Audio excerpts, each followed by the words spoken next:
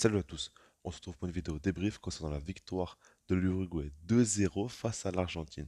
Alors déjà au niveau des compos, si on regarde côté Argentine, il n'y avait pas non plus tout le monde, mais en soi c'est quand même un 11 très très compétitif, évidemment avec notamment Alvarez, Messi, etc.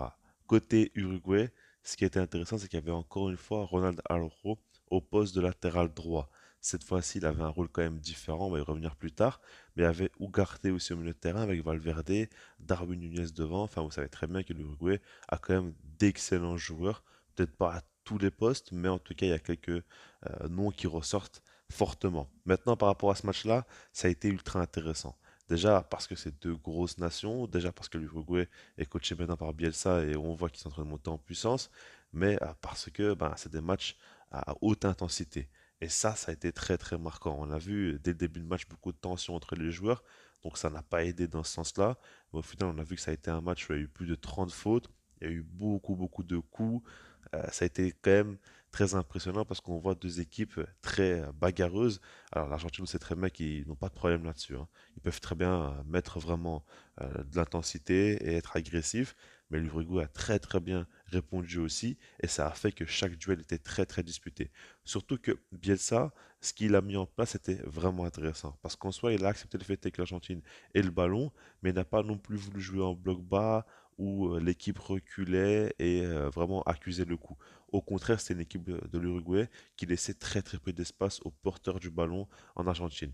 Donc ça fait qu'à chaque fois que les Argentins avaient le ballon, ils devaient vraiment jouer très très vite. Ça avait peu de temps pour lever la tête, pour réfléchir. Ils étaient constamment sous pression et il fallait faire de grosses différences individuelles. Et quand ils arrivaient à faire des petites différences, dribbler un joueur ou deux, il y avait souvent une faute côté Uruguay qui arrivait, mais c'était vraiment bien mis en place, bien emmené, et on a vu que l'axe était vraiment bouché.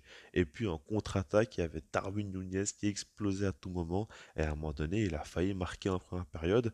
Il a eu un gros face-à-face, il se rate, il tire à côté, je sais pas trop comment il fait, parce que là c'est quand même une situation très avantageuse pour lui. Et à ce moment-là, tu comprends que l'Uruguay, ok, ça défend, ok, ils n'ont pas trop la maîtrise, mais en contre, ça va très très vite et Darwin Nunez est facilement trouvé. Surtout qu'Otamendi, on sait qu'il y a des difficultés là-dessus. Romero, c'est pas non plus de grand fort. Donc dans l'axe, il y a vraiment de quoi faire. Et par rapport à ça, c'est intéressant. Maintenant, le match continue. L'Argentine domine, mais en soi n'est pas vraiment dangereux. Il n'y a pas beaucoup de situations réelles qui mettent en danger l'Uruguay. Et ce qu'il faut se dire, c'est qu'il y a le but qui tombe à la 41e minute de jeu. Et là, c'est intéressant parce que c'est une récupération très haute. C'est Molina qui perd le ballon. Et puis directement, il y a un centre second poteau pour Araujo. Et là, il va nous sortir un plat du pied comme ça, second poteau. C'est une belle frappe, c'est très surprenant de sa part. Et ce que j'aimerais dire, c'est que là, il met ce but, c'est ultra important, mais ce qui m'intéresse vraiment, c'est le fait est que il se retrouve dans une position de ailier droit au moment de marquer le but. Ça prouve que Bielsa ne veut pas que Araujo joue latéral droit pour devenir un troisième défenseur central. Non, il veut vraiment qu'il soit latéral droit pur et qu'en phase offensive, ben, il fasse des débordements. Ce que Xavi ne demande pas à faire à Araujo. Et là, ça a été gagnant. Il a marqué un but très important face à l'Argentine. Donc honnêtement, c'est intéressant. Moi, j'aime pas trop le voir à ce poste-là, mais là, dans ce match-là, il a été exceptionnel. Déjà par rapport à l'Euro, on va en profiter pour en parler. Vraiment, il fait un très gros match. À chaque fois qu'il y a un duel, il est toujours gagnant. Et c'est très impressionnant de voir comment physiquement il surpasse à chaque fois les joueurs, comment il a une grosse assurance. Et puis même avec ballon, on avait pas mal de fois faire de la différence. Alors il faut quand même dire qu'à un moment donné, il a eu un duel face à Messi. Ça s'est pas très bien passé pour lui. Il a dû faire une faute par derrière, qui a d'ailleurs énervé Messi. Mais voilà, quoi, c'est normal, hein, c'est Léo Messi, personne ne peut l'arrêter. Mais pourtant, hein, Messi a quand même su tenir l'engagement physique d'Araujo. Il est tombé, certes, mais on a vu qu'il a eu du mal à, Araujo à le mettre au sol. Donc ça a été intéressant de voir un petit peu ce duel-là. Mais en tout cas, alors vraiment gros match.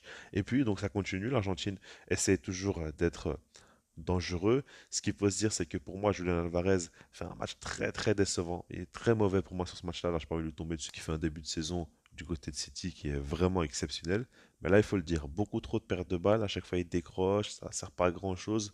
Et puis, il a été mis en tant qu'ailier gauche seconde période parce que Lautaro Martinez est entré. Et puis, ben, ce qu'il faut dire, c'est qu'à un moment donné, il y a un coup franc pour Léo Messi qui va sur la barre transversale. Et là, c'est dommage, quoi. Il passe tout proche de marquer. Ça se joue à quelques centimètres. Et voilà, quoi. Il met ce coup franc sur la barre. Et d'ailleurs, par rapport à son match, Léo Messi, pour moi, Honnêtement, il fait un bon match aussi. Alors, on attend de lui que dans ce genre de match-là où c'est bloqué, où l'équipe de Léo n'arrive pas vraiment à faire la différence, que lui fasse un coup de génie.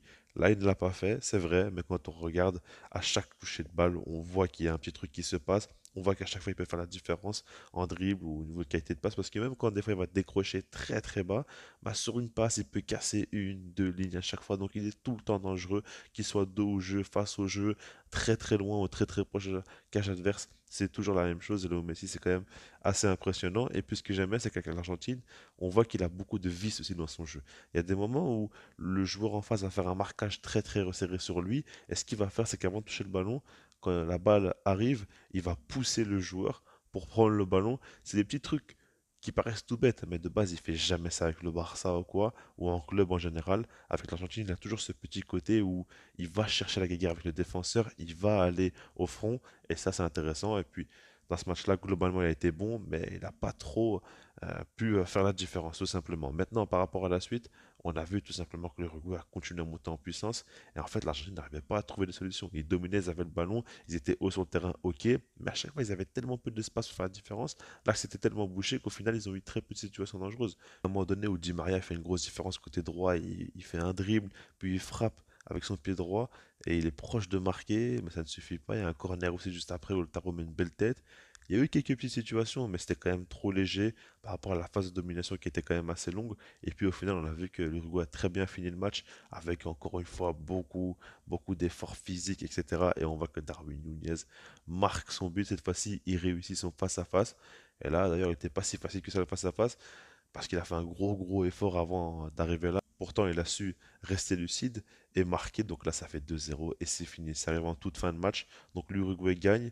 Et vraiment, Bielsa, ce qu'il a mis en place a été fort, hein. Comme je l'ai dit, boucher l'axe. Il a mis une grosse pression aux joueurs. On a vu une équipe aussi très agressive de l'Uruguay. On a vu une équipe jouer très très bien, tout simplement en contre, en transition. Et avec un gros pressing où ils arrivaient quelquefois à récupérer des ballons hauts ou même à bloquer tout simplement les premières passes de l'Argentine dans les phases de création. Donc ça a posé beaucoup de difficultés et ça fait que l'Argentine n'a pas su mettre en place son jeu tout le long de la rencontre. Et ça a fait surtout que l'Uruguay a su gagner et envoyer un message fort parce que là, franchement, ils prouvent qu'ils sont très compétitifs et que voilà, battre l'Argentine à l'extérieur comme ça, champion du monde, fallait le faire, ils l'ont fait et vraiment chapeau à eux. Je vais se là-dessus, puis sinon moi je vous dis peace.